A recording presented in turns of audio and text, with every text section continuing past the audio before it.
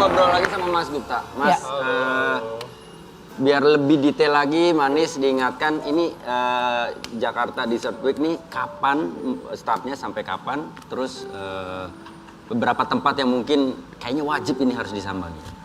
Oke. Jadi JDW ini sebenarnya sudah kita lakukan sejak 4 tahun lalu, Mas Fendi dan Mas Ruben. Di awal-awal kita bikinnya memang offline. Kemudian pandemi kita pivot jadi online. Kita collab dengan sebuah marketplace, dengan Tokopedia, dengan e-commerce. Lalu tahun ini kita ngelihat ada sebuah kesempatan buat kita kembali melakukan cara hybrid. Jadi tahun ini kita hybrid, ada offline-nya, ada online-nya. Tadi seperti yang sudah saya sampaikan bahwa konsepnya bukan satu festival ada di satu tempat, tapi kita akan nyebar di semua restoran, akan dilakukan selama 2 minggu, 28 November sampai dengan 11 Desember. Yang ikutan ada 100 merchant, online dan offline, yang akan masing-masing akan membuat dessert spesial only atau hanya bisa didapatkan ketika JDW. Ini yang sebenarnya membuat menarik karena kita ngelihat bahwa pelaku sektor dessert ini seringkali luput dari perhatian. Sementara kalau kita di dapur, itu kita ngelihat adalah orang yang membuat pastry, membuat cake adalah orang yang justru adalah senimannya dapur. Karena tanpa bermaksud untuk mengecilkan peran hot chef atau hot kitchen chef, kalau di cold kitchen chef itu seringkali kita berhubungan dengan formula, salah ngaduk dikit aja beda hasil gitu kan ya. Meskipun udah ada menunya resepnya, tapi kalau dilakukan secara salah itu akan beda hasilnya. Nah, jadi we try to give platform, kasih spotlight buat pelaku dessert untuk bisa lebih dikenal publik dan masyarakat. Gitu. Tapi awal mulanya sampai tercetus ide membuat Jakarta Dessert Week ini gimana, Mas? Ya, jadi seperti tadi yang aku bilang bahwa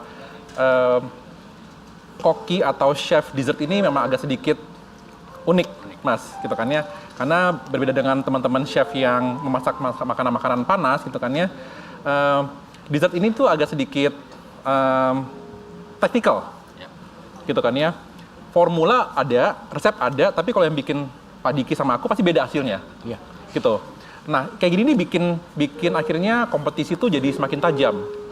Kita nggak ngeriung, nggak ngeguyup. Karena apa? Kalau pas ngumpul, takut tuh diambil resepnya. Bocor. Ya, ngaduk telur lu sama ngaduk telur gue tuh beda gitu kan ya. Cara lu gimana sih? Nah, this kind of thing yang akhirnya membuat kita kok ada sebuah gap atau sebuah apa ya, kondisi yang nggak kondusif di antara teman-teman pelaku dessert gitu kan ya, sehingga kita para pelaku sektor ini kita berenam berkumpul, yuk let's make something yuk ya kan, memberikan platform sekaligus juga kita mengguyupkan para pelaku dessert di Jakarta gitu. Biasanya kalau setiap acara atau event yang dibuat kan suka ada tema, Mas. Nah, untuk Jakarta Dessert Week sendiri yang sekarang ini temanya apa? Nah, itu juga yang menjadi hal yang menarik di JDW karena setiap tahun kita menantang para chef untuk membuat dessert based on tema. Jadi tema tahun pertama tuh kalau nggak salah kita retro. Jadi para chef tuh membuat kue-kue, pastry-pastry dengan tema retro. Masa lalu, masa kecil, dan lain-lain. Tahun ini kita akan angkat temanya adalah diversity. Atau Bhinneka Tunggal Ika. Jadi bagaimana teman-teman chef itu bisa misalnya mengejawantakan diversity itu dalam berbagai hal. Bahan bakunya, dia bisa pakai bahan dari daerah mana, atau warnanya, diversity, bisa pelangi atau apa. Jadi kami memberikan ruang atau apa ya, kesempatan buat para chef untuk berkreasi, berkreativitas dengan memberikan mereka tantangan dengan tema gitu. Dan yang pasti ini bakal menarik banget. Dan kita ada contoh cemilan-cemilan dari beberapa merchant yang ikut Jakarta Dessert Week. Wah. Yes. Hari ini kita bawa. Ada apa aja nih, Mas? Hari ini kita bawa 3 sampel, 3 merchant. Nah, ini teman-teman juga bisa sambil boleh berdiri atau gimana? Boleh Mas Gupta, silakan. Dijelasin. Ayo, nggak mau nyobain? Ayo. Oh, ini apa ini? Oh my god. Lucu banget loh. Iya, aku mau makan tuh. Iya. Mau makan malu, nggak apa-apa ya. Udah, Prince, boleh ambil. Royce. Di JDW ini Saya teman-teman dulu juga. ya, ngambil dulu kantong kresek. Oh, boleh. Jadi di JDW juga teman-teman bisa belajar sebenarnya. Dessert tuh punya banyak sekali ragam. Cake aja ada puluhan jenis cake gitu kan ya. Kita ada ini namanya entremet, ada pastry, ada sekian macam pastry gitu kan ya. Nah, teman-teman bisa belajar sebenarnya pastry dan dessert tuh sangat banyak sekali jenisnya. Nah, ini ada tiga merchant yang ikutan tahun ini. Salah satunya adalah Bo. Dia bikin entremet. Entremet itu jenis cake kali ya. Dia isinya tuh ada layer of komponen. Jadi ada cake-nya, ada foam-nya, ada ganache dan lain-lain. Kemudian biasanya ditutup sama sesuatu yang glazing. Itu adalah entremet. Gitu. Misalnya entremet, tapi bacanya entremet. Tapi yang Is it French? Yes. jadi yang membedakan Jakarta Dessert Week dengan festival food lainnya itu apa sih? Satu tadi konsepnya. Oke. Tadi saya bilang bahwa kita nggak centralized di satu tempat, kita di masing-masing restoran. Kedua, tadi saya bilang kita memberikan tantangan buat para chefnya untuk membuat sebuah kreasi berdasarkan dengan tema.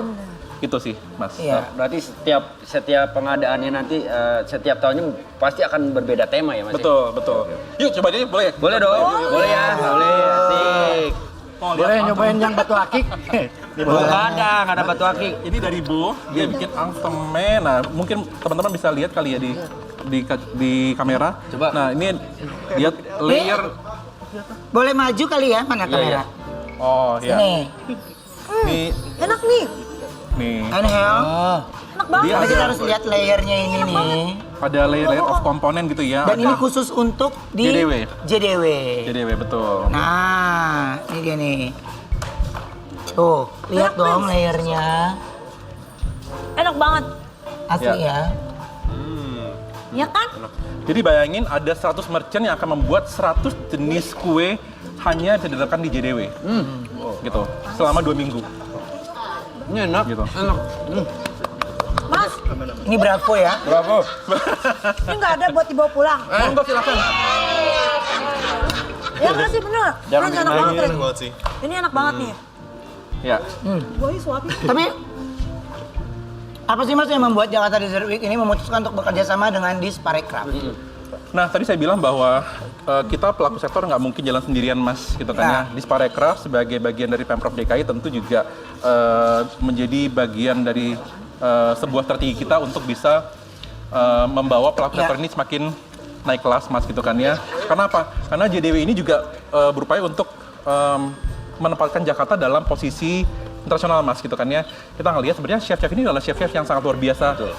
Bisa dibandingkan dengan chef-chef luar gitu kan. Kita sering jalan-jalan keluar, kita ngelihat sebenarnya kue-kue ini sebenarnya nggak kalah dari kue-kue di luar negeri juga, Mas Wendy dan Mbak Ayu. Berarti memang Jakarta Dessert Week berusaha memberikan spotlight lebih kan buat teman-teman yang menyukai atau memang mereka expert di bidang Betul, dessert. betul. Luar biasa Pak sekali. Diki, mau cobain? Ini nggak ya? Kang, ini Mau dong. ayo. Sumpah, ini rasanya enak banget. Ini enak beneran banget deh. loh, ini enak Nggak banget loh. bohong.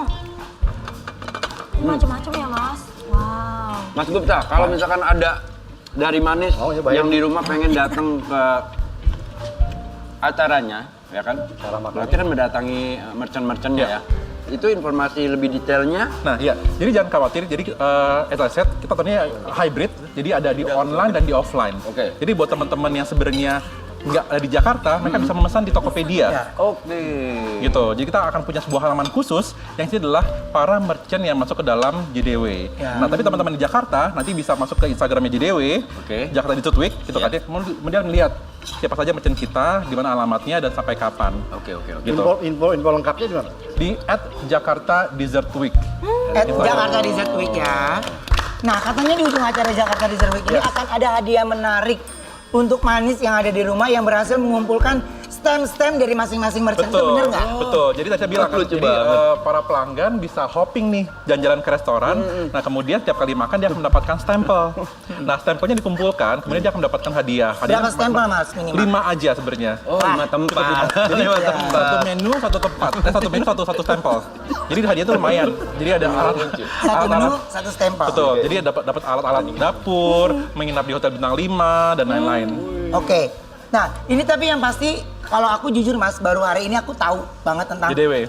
ini baru Iya. tahu banget gitu ya. Jadi karena ya kayak istriku tuh kan sukanya memang kalau nyari makanan dia lebih ke dessert duluan. Iya. Gitu. Dia dessert duluan baru kalau ada menu main course-nya baru dia mungkin baru suka. Siapa gitu. tuh? Apa?